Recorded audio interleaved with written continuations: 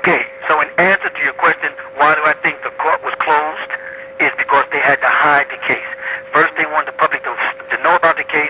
They put all this information in the public, all in newspapers, all these hundreds of witnesses, all these people are coming, they said coming forth. But when it came right down to it, they didn't have nothing but a small pool of people that we had proven had all set a plot up in South Beach, Florida, bounced up into Atlanta, into a house where it was at, and hanging out, and they plotted. They saw we had it. They knew they couldn't sustain the case.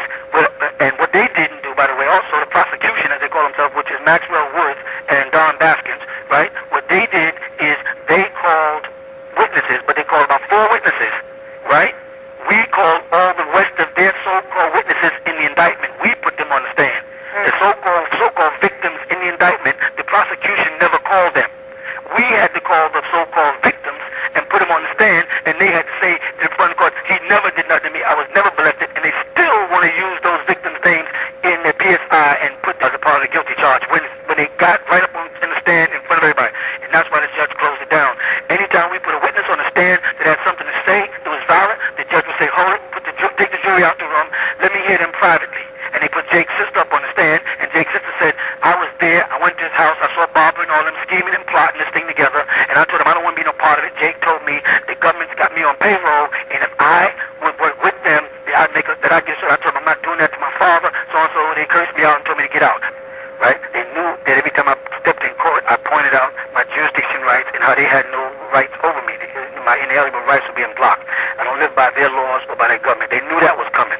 And so what they did is whatever lawyer they threw at me, and they were giving me lawyers that I didn't hire on, like the Garland firm, right, who's there, placed there, sole purposely to draw rich black money so that they can give them pleas and mess their careers up.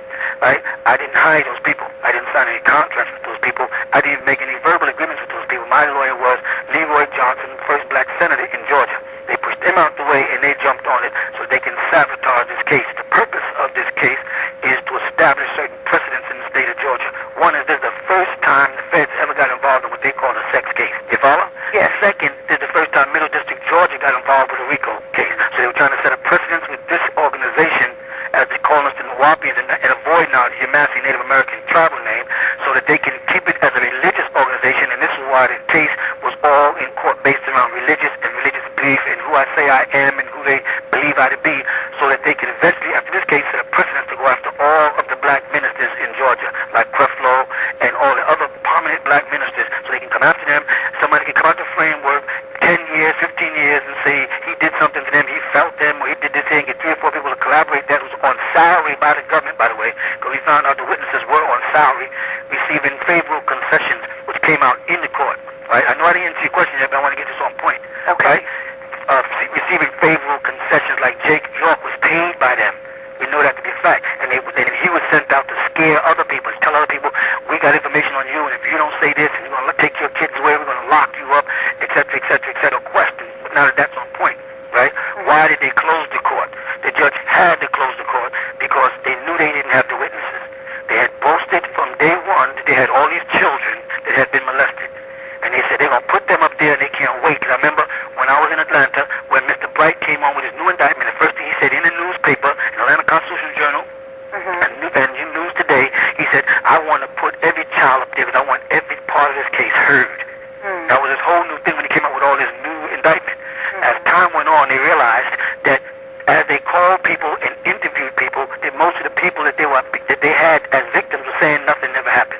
Right. And that they isolated down to a handful of people who had corrupt records, for instance, money, and put it in this kind of money orders and break it down like this, and everything will go away.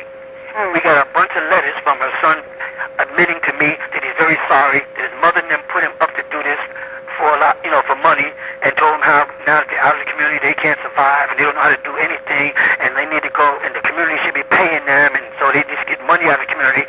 So then it was easy for Jake to solicit them and get them in. Then the same thing with the sister was having mental problems all the time, so they tied her in it. So now they got a package of people that he then convinced that this is how we're going to work this. They all lived in the house together. They rehearsed their stories, and they started soliciting other people who was what they call dissidents or disgruntled members who were put out for various reasons. Before this, they planned on having an open court, make a big scene out of it. The judge was smart, so what he said was, I'm going to move this down to a town called Brunswick. So it happened that Brunswick is the same town that the Yamassee Tallahassee Native American Moors had their conflict with the Confederates, and he happens to be, Judge Ashley Royal happens to be a descendant directly of those Confederates. This is no coincidence, right? And he took it down to Brunswick, where he practiced law and lived for 20 years. This is no coincidence. He chose the jury himself. I sat there. Every time we would say somebody, he would say no, and then pick somebody else. He had already had these people picked. The people outside in the courtroom, because when you have a jury pick, you're sitting in a separate room. Outside in the courtroom, the people were gathered, over 200 people, waiting to be selected. As they were coming in, he would ask them, this is Ashley Royal, right? And we have the minutes of this here. Did you hear about the case? They would say yes. The whole purpose of pulling the jury is because they're not supposed to hear about the case, so they're not biased or prejudiced. They would say yes.